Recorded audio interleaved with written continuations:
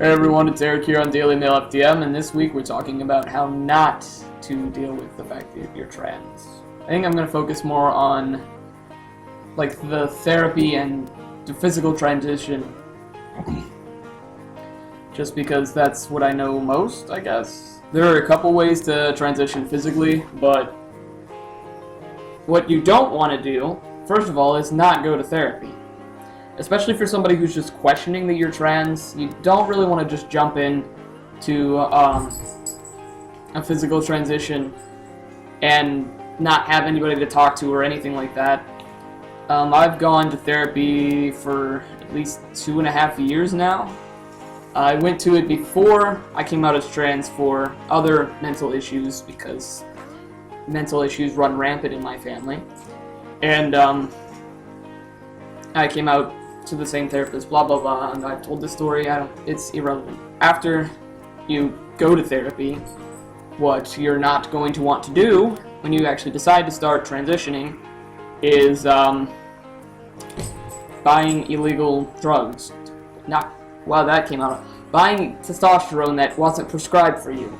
Don't do the supplements. Anything it'll just mess with your hormones. You either need it to have the actual dose you're supposed to have from a doctor, or you don't really want it in your body at all because it'll cause you more problems than good. It won't really cause any changes if you take testosterone supplements. It might just give you a whole bunch of acne and make you really angry because your hormones are just having a war inside your body. So I do not suggest that. That is very bad. Don't do that. You could also, if you buy testosterone from other people, I don't know how people do this, but they somehow manage to buy testosterone offline or something like that, and they'll like self-dose, which is a horrible idea. If you do too high of a dose, testosterone actually becomes estrogen, so you'll be basically reversing what you want to happen. That's not what you want to happen. So what you do instead of what you not do, I guess, you go to a doctor. You can do the informed consent route, or you can have a therapist write you a letter. Either way is fine. If you've gone to therapy, which I suggest, just have your therapist write you a letter stating that they've been seeing you from this date and that they think you're sane enough to make your own decisions in life.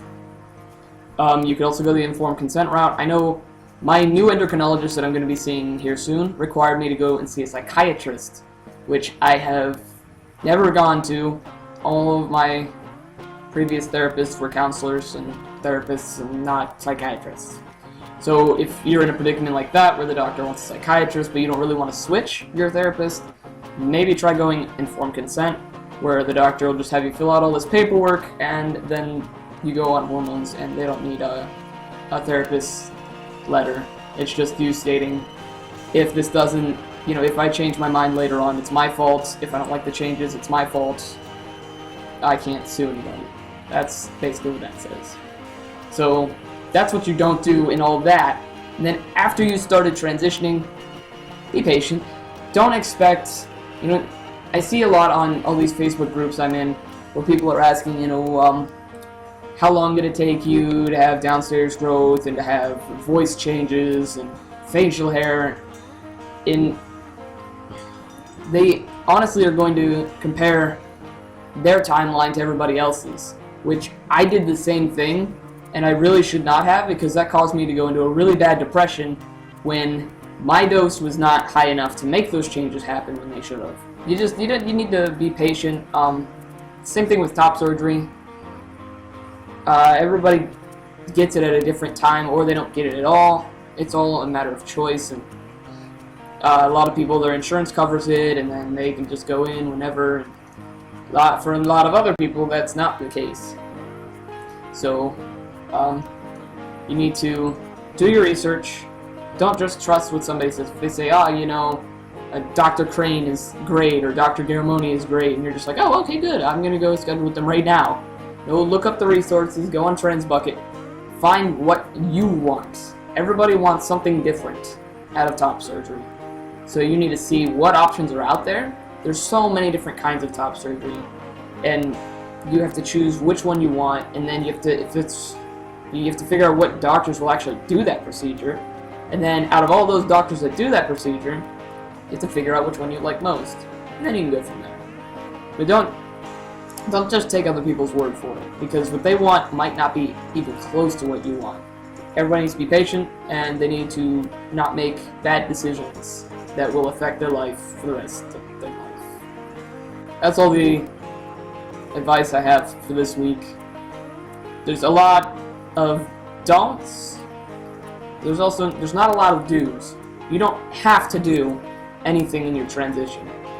Nothing is a law. You don't, if you're female to male, you don't have to go into testosterone, you don't have to get top surgery or bottom surgery, you don't have to do any of that. You don't even have to go by he, him pronouns. You do what you want. Okay? There you go. Don't follow what you think are the rules, unless that's what you want. This video is way too long. I'm gonna go. So I will see you all next Saturday.